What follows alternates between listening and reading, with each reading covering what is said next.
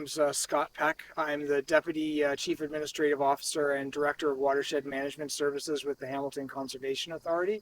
I've worked for the authority for about 22 years, and I'm a land use planner, a professional, registered professional planner, and that's what I've been doing my career with the focus on environmental planning. That's amazing, especially to be with an organization for such a long time. I know that you do a lot of stuff with the watershed and watershed management. I was wondering if you could tell us what factors contribute to flooding and erosion.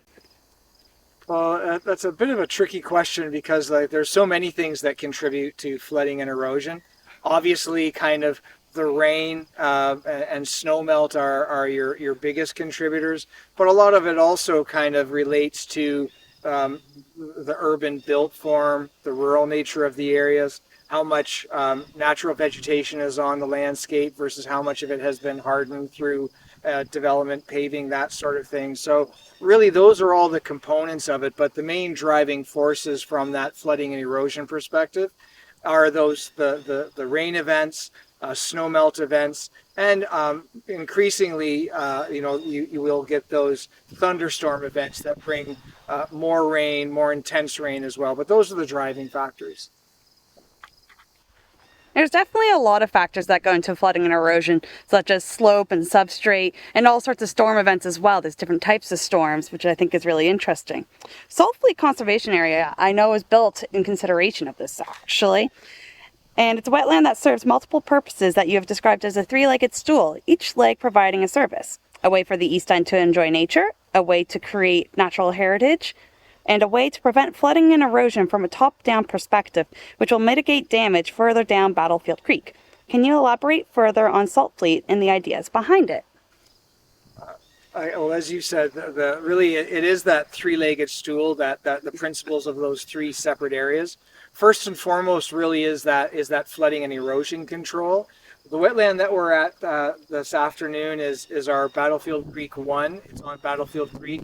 The rest of the wetlands that we'll be working on are on Stony Creek. So what this wetland really does, it helps to address some of those erosive courses downstream, where the ones on Stony Creek are more focused on the flooding. But first and foremost, as I said, is that these wetlands, the purpose of them is to hold water, slowly release the water the way wetlands naturally do, to address those flooding and erosion issues.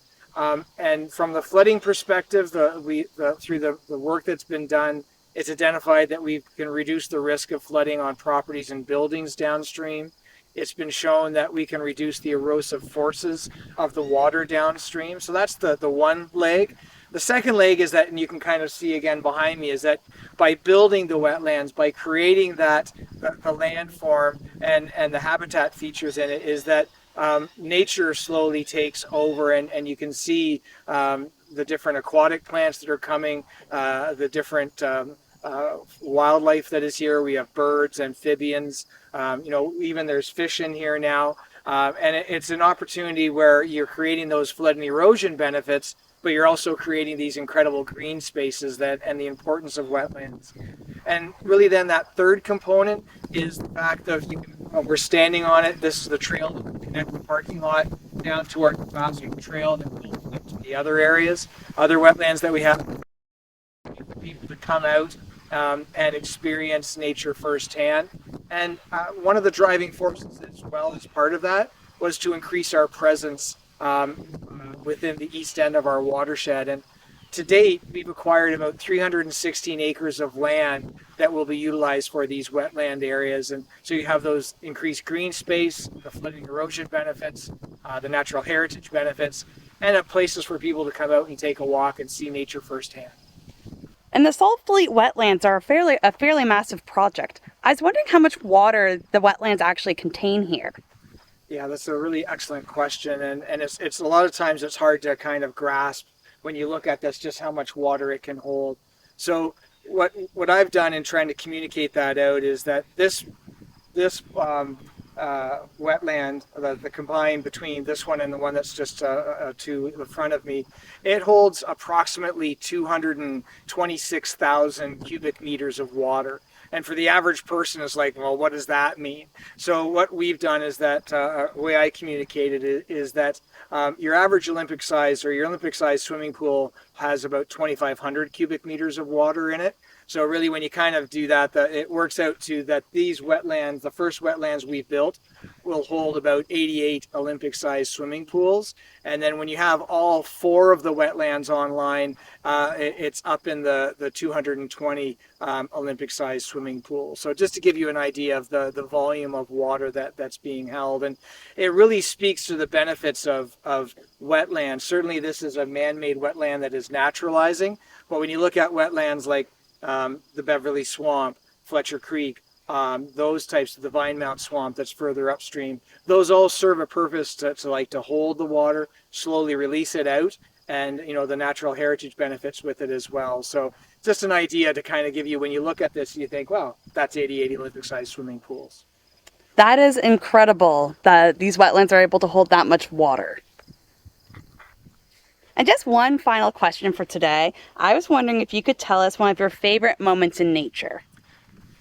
I don't know if I have a favorite moment in nature. I've been really fortunate in my life that what I went to school for and my love of the environment, I was able to get a job, a career that's helped me to grow and spend time in that career. At the same time, I've spent a tremendous amount of time with my family and my friends, camping in various places across Ontario. So I would say my favorite memory really is it's kind of a collage of memories, is spending time with my wife and my kids out camping, and being out camping with my friends and relatives as well too. So really, time outdoors is time well spent.